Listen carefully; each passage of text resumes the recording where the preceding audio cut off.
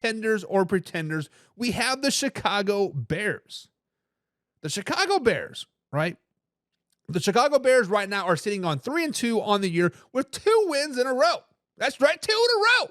They win one more, it's called a winning streak. It has happened before. If you know, you know. They do play the Jacksonville Jaguars this weekend over the pond, which they got their first win of the season last week versus the Indianapolis Colts. The Chicago Bears right now offense is ranked 26th in the NFL, averaging 22 points per game and just 287 yards per game. However, defense is ranked 7th in the NFL, giving up just 17 points games and 294 yards per game. When you look at the wins for the Chicago Bears, they beat the Tennessee Titans. They beat the LA Rams. They beat the Carolina Panthers.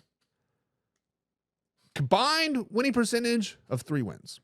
Titans are 1-3 on the season. Rams are 1-4 on the season. Panthers are 1-4 on the season. Now, they did battle against the Houston Texans in Houston week number 2. You take away the 17 sacks and the 15 hits on the quarterback, they may have won that game. They also lost to the Indianapolis Colts, a pretty decent Indianapolis Colts team. So when we look at the 3-2 Chicago Bears, winning 2 games in a row, guys, are they contenders or are they pretenders? Guys, the Chicago Bears are pretenders. The Chicago Bears are just not a very good, well-rounded team. They have a lot of good parts. Their defense, obviously ranked 7th. Pretty good defense. DJ Moore, right? And Keenan Allen and Rome. Pretty good receiving core. DeAndre Swift, decent running back. Caleb Williams, not a terrible quarterback. Has room to grow. He's still a rookie, right? Still growing, still improving. And somehow that offensive line is ranked 10th per PFF. No, these Chicago Bears have one of the worst offensive lines in the NFL. And that is why they are pretenders, because their offensive line is terrible. Coaching, offensive coordinator, head coach cannot figure out how to make this offensive line decent. They need to realize that they need to roll the pocket or they need to do something. They need to stop what they're doing because their offense is terrible, offensive line is terrible, and the play calling has been suspect at best. Now, they do play the Jaguars this weekend. They will probably beat the Jacksonville Jaguars. Jaguars are a complete dumpster fire. Let's just be flat and honest. But then they play the Commanders, the Cardinals, the Patriots, Packers, and Vikings, and Lions in the upcoming weeks. Guys, it could be very easily that they can win 3 in a row, but then they could lose 5, 6, 8, 9 games in a row. They aren't going to beat the Commanders. They aren't going to beat the Cardinals. The Patriots might come into Soldier Field and wax that ass with freaking Drake May. Packers, Vikings, Lions, 49ers, Vikings, Lions, Seahawks, Packers. No. Guys, the Bears are not good. The Bears are not good. Let me say it one more time for all you Bears fans out there. The Chicago Bears are not good. Their wins this season versus the Tennessee Titans. If Will Levis doesn't do some underhanded crap interception pick 6, the Bears lose that game.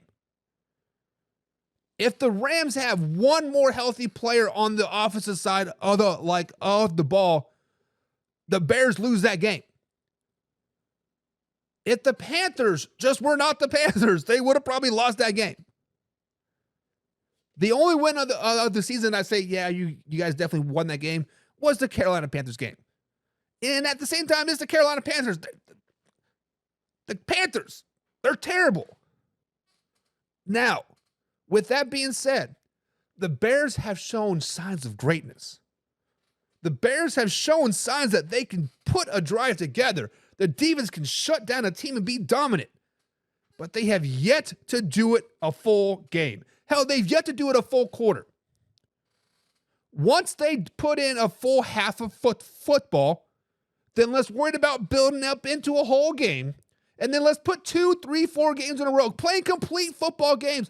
Then I could potentially call the Chicago Bears contenders. They have all the right pieces. The Chicago Bears have finally put a team on the field worth getting excited about. They have their quarterback. They have receiver core. They have a defense. The only thing they're really missing, honestly, is a freaking offensive coordinator and a coach that doesn't suck. Matt Eberflus should have been fired last season. Guys, there is no way that I can ever put Contenders and Chicago Bears in the same sentence.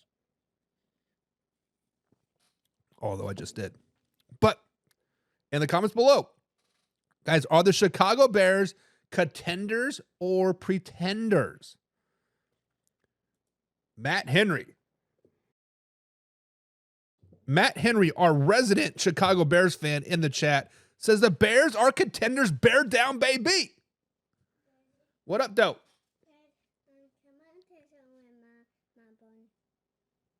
You want my phone? All right, here you go, buddy. Go have fun. Matt Henry says contenders, bear down. James Chamberlain says pretenders. The Jags are going to prove it this weekend. So not only James is saying the Chicago Bears are pretenders, he's saying the Jacksonville Jaguars are going to wax that ass. Bring that ass here, boy. Pew pew. John says the Bears are pretenders as well.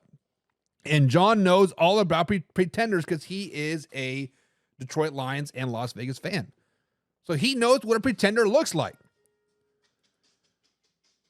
Ryan says the Chicago Bears are pretenders as well. Matt, defend your boys. Everybody is saying pretenders. Matt, come on, defend your boys. Defend your boys. Kevin says pretenders. No way they're making it into the playoffs, but I expect them to have a good game this weekend. John says pretenders. They're still only winning 6 or 7 games, maybe. James Chamberlain says the Houston Texans were looking past the Bears. Potentially. I mean, it was the second week of the season. James, you are probably right. John says Caleb is running for his life with that poo-poo old line. On the offensive line defense, John, let me try to defend that offensive line a little bit. Caleb Williams is holding on to the ball a little bit longer than most of the NFL quarterbacks. I believe I looked it up, and he was the 30th or 31st ranked quarterback from a snap to passing of the ball of hanging on to the ball. It's right around 4 or 5 seconds. So he definitely hangs on to the ball a long time, but the offensive line is not very good. Play calling doesn't help either. When you have a bad offensive line and a quarterback that hangs on to the ball too long, how do you fix that? Quick slants, quick passing game. Do not push the ball down the field. Get DJ Moore on a couple bubble screens. Have Keenan Allen run an out route or a slant. Just quick passing game, nickel and dime it down the field. Plain Shark says, I think the Bears are overrated. I wouldn't say overrated. I would say overhyped. I think the Chicago Bears are overhyped this season. There's been a lot of hype, a lot of buzz around Caleb Williams and the Chicago Bears pretty much all season long. So overrated, overhyped, yes. David Nazar's in the chat. Chargers fan just showed up. He says, did the Jets hire Belichick? No, they did not. Excuse me. They promoted their defensive coordinator to head coach. John says, are you sitting on one of those ribs? Why would I be taking a rib? John, why would you give me your ribs to sit on? Like that's just weird. Matt says orgy for Heisman. I had not following college football very, very closely. Unfortunately, Matt, it is what it is. Plain Shark says the Bears remind me of the Jets. The Jets are the worst organization in all of NFL. The Bears are starting to improve themselves.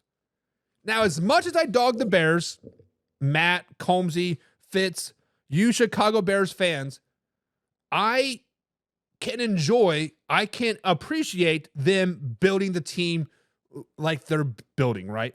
They're putting all the right pieces in place. Ryan Poles is doing a great job. He got the quarterback that he wanted. He got running back. He's got receivers. They got a defense, right? They traded for defensive players midseason last year. The one thing that the Bears are lacking is a coach, to be honest. Matt Eberflus is not it. Now, I know there's been people out there, Brandon Combs, Matt Eberflus for coach of the year if they make it to the playoffs. No. The Chicago Bears can only win despite of Matt Eberflus, not because of not Eberflus. Kevin says, no, Bill Belichick says, no intention of coaching this season. And John says, he's chasing those hoes. You are right. Kevin Cummings says, Bear fans actually exist? Yeah. There's a couple here. Matt's a Bears fan. Combsy is a Bears fan. And Fitz is a Bears fan. That's pretty much all the Bear fans that I know. John says Jags win in London every time. If I'm not mistaken, this is not London. This is overseas in general. The Jaguars are 6-5. Last year they did win back-to-back games over the pond. Of course, they played in London and then was it Germany last year? I'm not for sure. I don't know. Ryan says I know a few Bears fans. Planet Shark says Bears, Jets, Jaguars, Panthers are all bad this season. The Bears are not bad. They're just not there yet. They are pretenders. They're not contenders. Jets, Jaguars, Panthers, meh. We're going to be talking about the Jets coming up here. So stay tuned for that. We'll be talking about the Jets. Kevin says rookies do tend to hold on the ball longer than necessary. Williams will get better unless Chicago ruins him like they have done every other quarterback they have drafted. Kevin, you are spot on. Rookie quarterbacks do, especially the ones that have not played, at a strictly pro level versus elite competition week after week after week. That just doesn't exist anymore. But from every coach, every player, everything that I viewed from college into the NFL is NFL quarterbacks throw receivers open. You are not going to get that 2, 3, 4 window wide openness, right? You have to throw your guy open. You are going to get 1 yard and you're going to be happy with that 1 yard. In college, you do get those wide open plays. You do get the 4, 5, 6 yards of separation. And when you watch Caleb Williams tape, USC, right? Consistently, guys were running wide open. It's just when you're playing NFL players on your team versus college players, you are going to be better. You're going to be more athletic. You're going to be gifted. In the NFL, everybody's an NFL player. Everybody has that gift. Everybody has that talent. So it is taking him time to get adjusted, right? Keeping him adjusted. Matt Henry says the Lions and Bears are the most miserable franchises in the NFL history. Not wrong. Matt Henry says Eberflus graduated from the same high school as me. Okay, there's a connection. I didn't even know Matt Eberflus went to high school. I'm joking. John says they are not going to come close between the Lions, Vikings, and Packers. You'll see it too.